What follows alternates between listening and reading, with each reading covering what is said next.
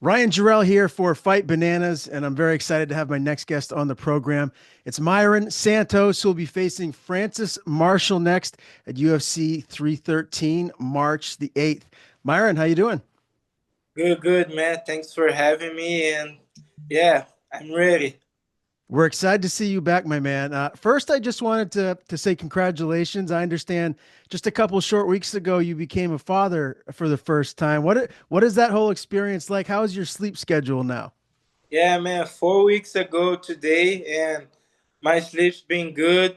Uh, my wife, she said to me to go to the other room so I can get the rest that I need. I wake up in the middle of the night because every time I start a diet, my sleep's not very good.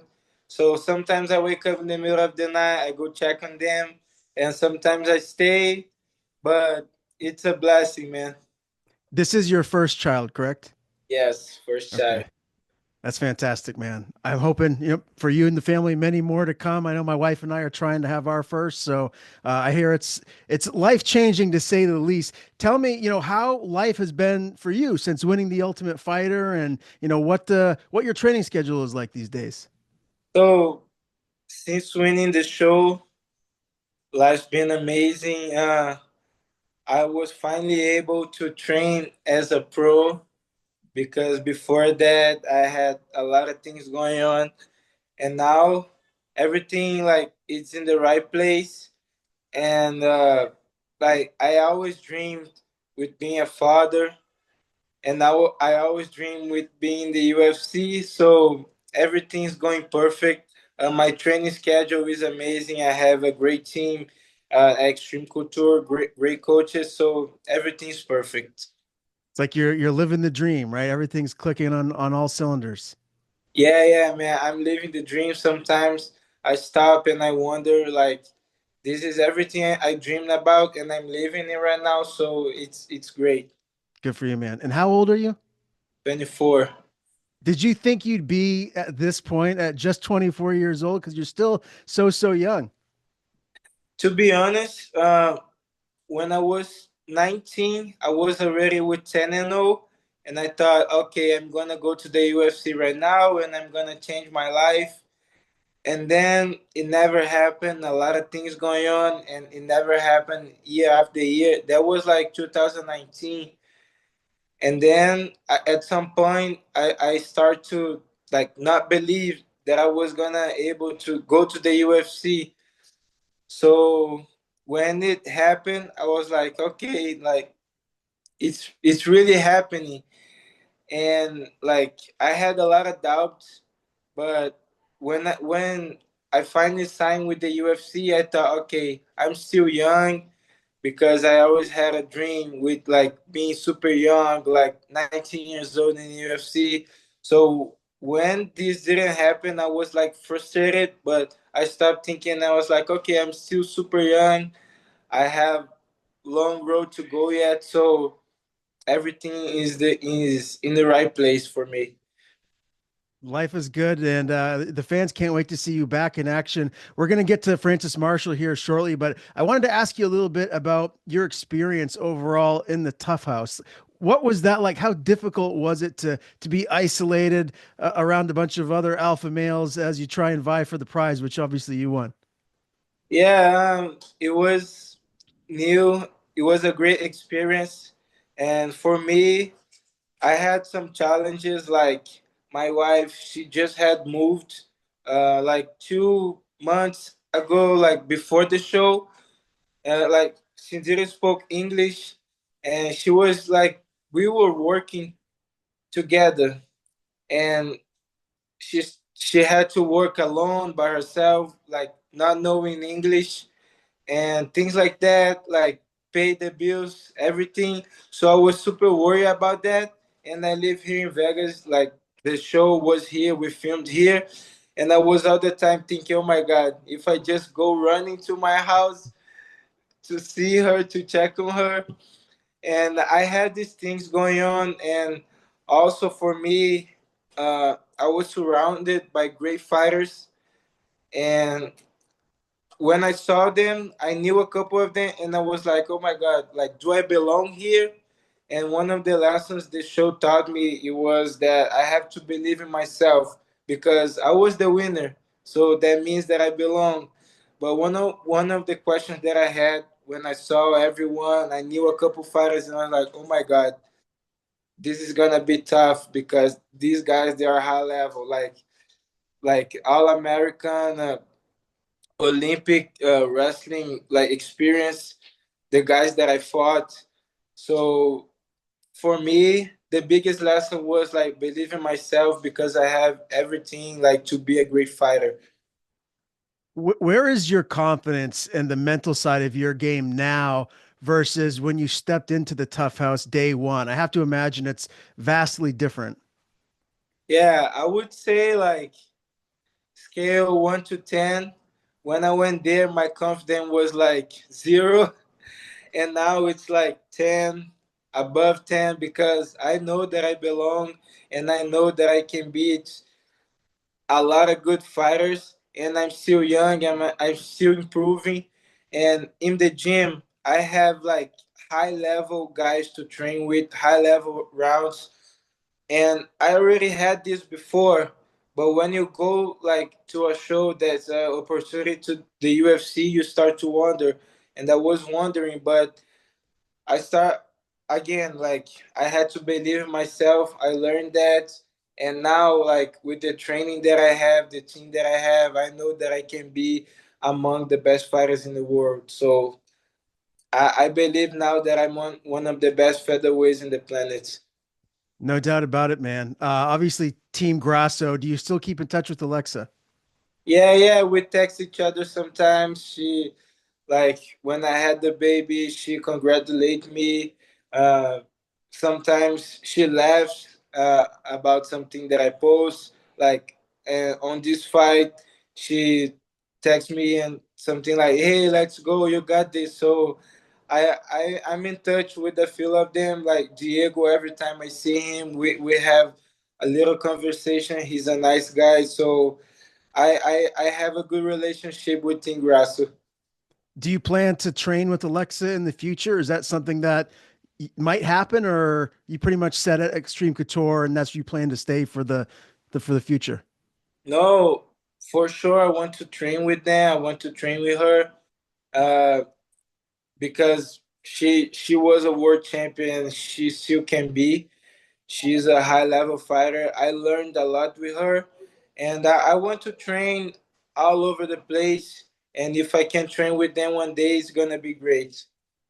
Obviously, you beat Con Offley in the championship. That was your teammate. How close did you become with Offley before you guys actually fought? And was it weird to fight your teammate in the championship? I mean, obviously, it's an individual sport. You go in there as an individual competing against everyone else. But would you have preferred to fight maybe someone on Team Shevchenko for the championship? To be honest, it wasn't. We weren't super close. Like in the house, you become close even with guys from the other team. But me and him, we weren't super close. I he fought before me 1 week before me. I kind of helped him a little bit, but after that, like everybody knew after the first round of fights, everybody knew that teammates could be fighting, so everybody was training more like separate. And for the finale, we had some time to prepare, and like we didn't see each other for a while, so I think that helped me with like thinking about him not as a friend. When I fought the semi, I fought Guillermo Torres, and he was actually my roommate. That one was a little bit weird. It was like challenging because we kind of developed a little bit of friendship. I didn't know that I was gonna fight him, so he was helping me to train, and I figured that I was gonna fight him the day of the fight because the other guy had injury. The commission didn't let him to fight, so that one was weird. Like in like first minutes of the fight, I was still thinking, but with Khan, it was like super normal. We just like it was my opponent, like nothing but respect. But I'm gonna try to kill you. So that for with him, it wasn't a big issue. Okay, fair enough. Well, you did your thing, man. It was awesome watching you fight in that season of The Ultimate Fighter. Tell me a little bit about camp now at Extreme Couture. I've been interviewing Julian Erosa for a really long time now. I absolutely love the guy. I have to imagine maybe he's one of your main training partners to get you ready for Francis. Tell me who you have around you mostly. Yeah, Julian, yeah, he's helping me. Right now I'm like more towards the end of my camp, so I'm not training with him a lot because he's super tall, and I want to train with shorter guys like more my height. But I train a lot with Mateus Camilo. He just signed with the UFC, also with Nicolas Mota. But for this camp, Mateus like is the guy that I'm training basically every day.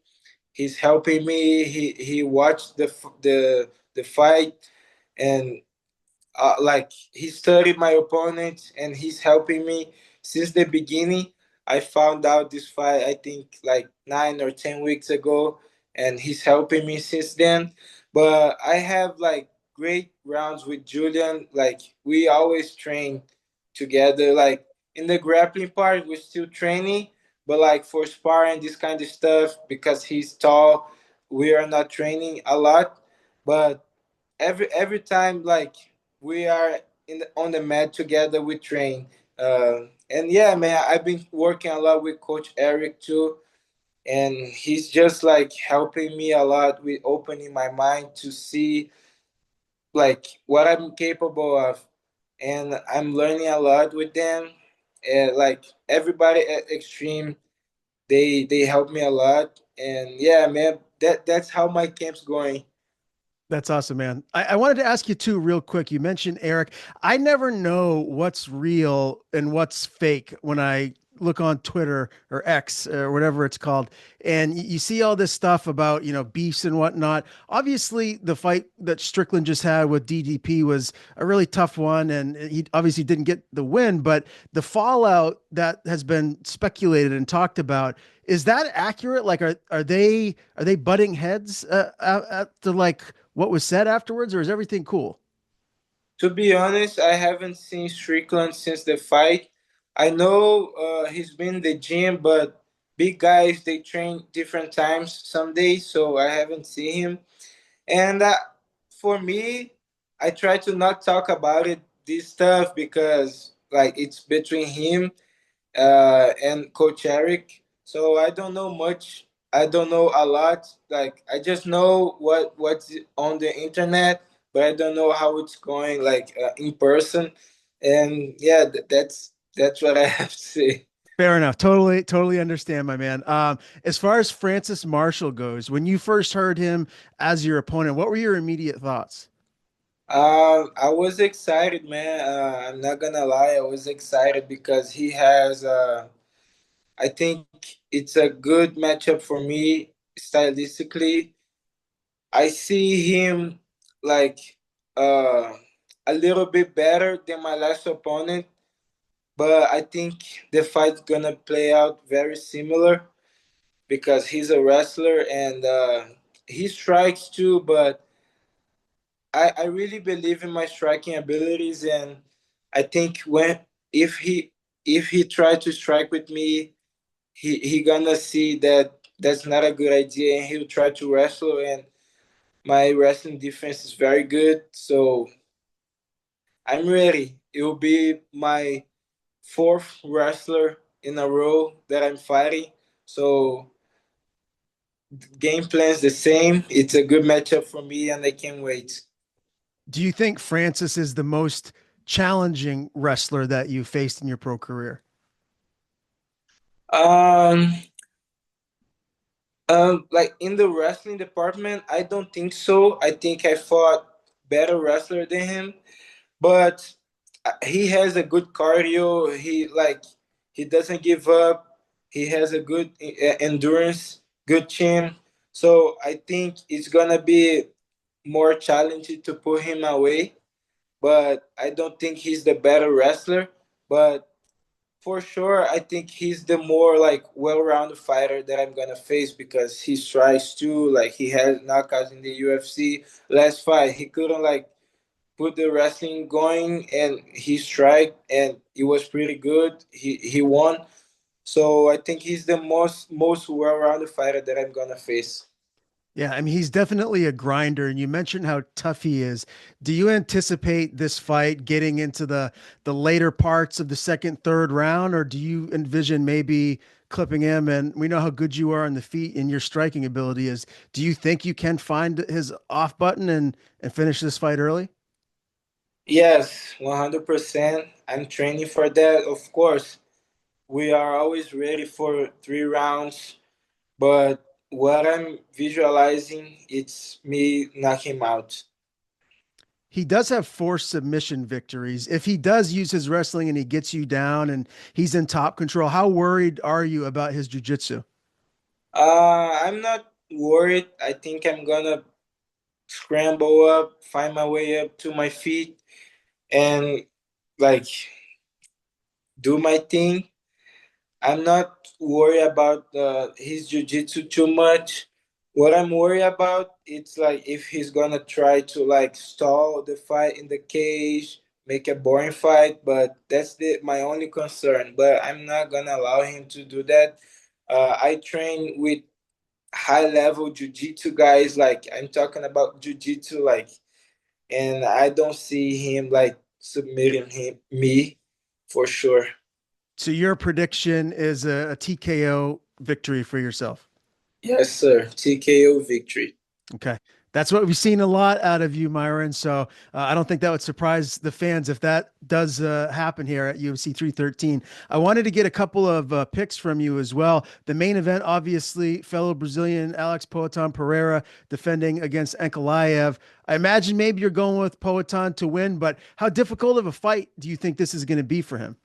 I think it's gonna be like his hardest fight so far because Ankalaev is very good, but like we saw how he can adjust to a fight against Khalil, and I think if Ankalaev starts good, he'll like find his way, like find his rhythm and adjust, and eventually win in a decision or a TKO in the later rounds.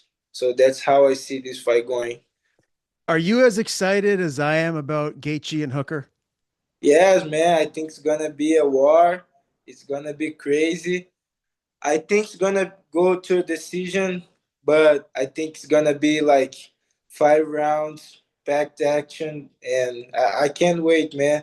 I'm gonna go with Gaethje, but I think it's like a 50-50 fight. Man, if that goes the distance and it goes to a decision, it's going to be like Christmas in March. I mean, all the MMA fans are going to be going nuts because that is something that I cannot wait to see. I also, real quick before we get out of here, Myron, wanted to get your thoughts on the featherweight division. Obviously, the champion is Ilya Taporia. Do you think he's someone that is going to be a long-time champion at 145?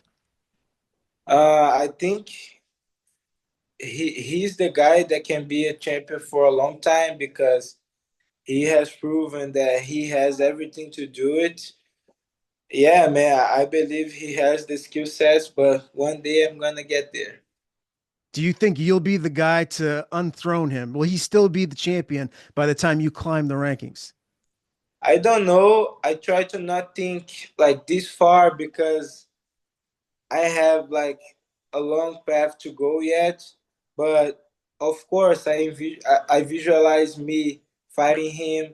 Like sometimes I try to see holes in his game, and yeah, man, I will never stop dreaming. And if he's still there, I think I can like take the belt from him. How do you think he'd do at lightweight? I mean, he's been talking about wanting to fight Makachev, and I don't know. I feel like I think there's a reason for weight classes, and I think that that might be a little too much for him. Do you agree, or do you think he would have success against the top of the division at 155? I think he would have success because he's a well-rounded fighter, and I don't think he's too small for lightweight. But I also think that he has like to clean up the division first. Like he has to do a rematch with Volk. We have Evloev, Lopez. We have a lot of guys that he has to face. So I don't think it's the right time to do it. So I think he should stay at featherweight and fight the up and coming contenders. Totally agree, my man. Last question from me. If you get this win over Francis and you're healthy, you don't have any injuries, what would be the perfect timeline for you to fight again? And how many times in 2025? Would you like to get two, three more fights? I want to have 3 fights this year. So for me, I think a good time would be June, July. If I don't have any injuries, nothing serious going on, I would like to fight June, July. Actually, it would be good to fight before June because I don't want to be on diet in my on my birthday. But like when I say like March, May, it's gonna be too soon. So June, July will be perfect because I have a long diet, man. Because I'm a heavy guy for featherweight. So yeah, maybe my birthday I will be on diet again, but June, July will be perfect, and then towards the end of the year, like November, December, that would be great. What do you weigh right now? Right now I'm 164, but usually when I started the diet I was 175. So Okay. So you're cutting 30 pounds yeah, realistically to make, whew, I don't know how you guys do it, man. That but is, right now it's going easy. I had to cut 30 pounds in 10 days for my second fight on Tough. So that was hard. yeah, I can only imagine because I will never do that in my entire life. What is the, I'm sorry, I said last question, but one more. When you are cutting weight, what are the foods that you have to stay away from that you can't look at because you wanna dive in and eat? Man, right now I'm struggling with peanut butter and I'm not a big fan, but that's a thing that I'm eating on my diet, but I eat so little that I want to eat more, but I can't because a lot of calories, so I have to eat what like my nutrition said to me to eat, and it's hard. But for me, like candy, like sweets, like chocolate, things like that, ice cream, these are hard. I don't like to watch it, and that's what I'm gonna eat after the fight for sure. Oh, good for you, my man. I'll stop talking about food. I don't want you angry with me. Myron, great to talk to you for the first time, man. A pleasure to interview you. Hopefully, we can chat again down the line. Before we do sign off today, if you have anyone you want to thank or any sponsors that you have that you want to plug, the floor is yours. No, man, I just wanna thank to you for having me here for the opportunity, and yeah, tune in March 8th. Watch me. It's gonna be good. I'm gonna steal the show.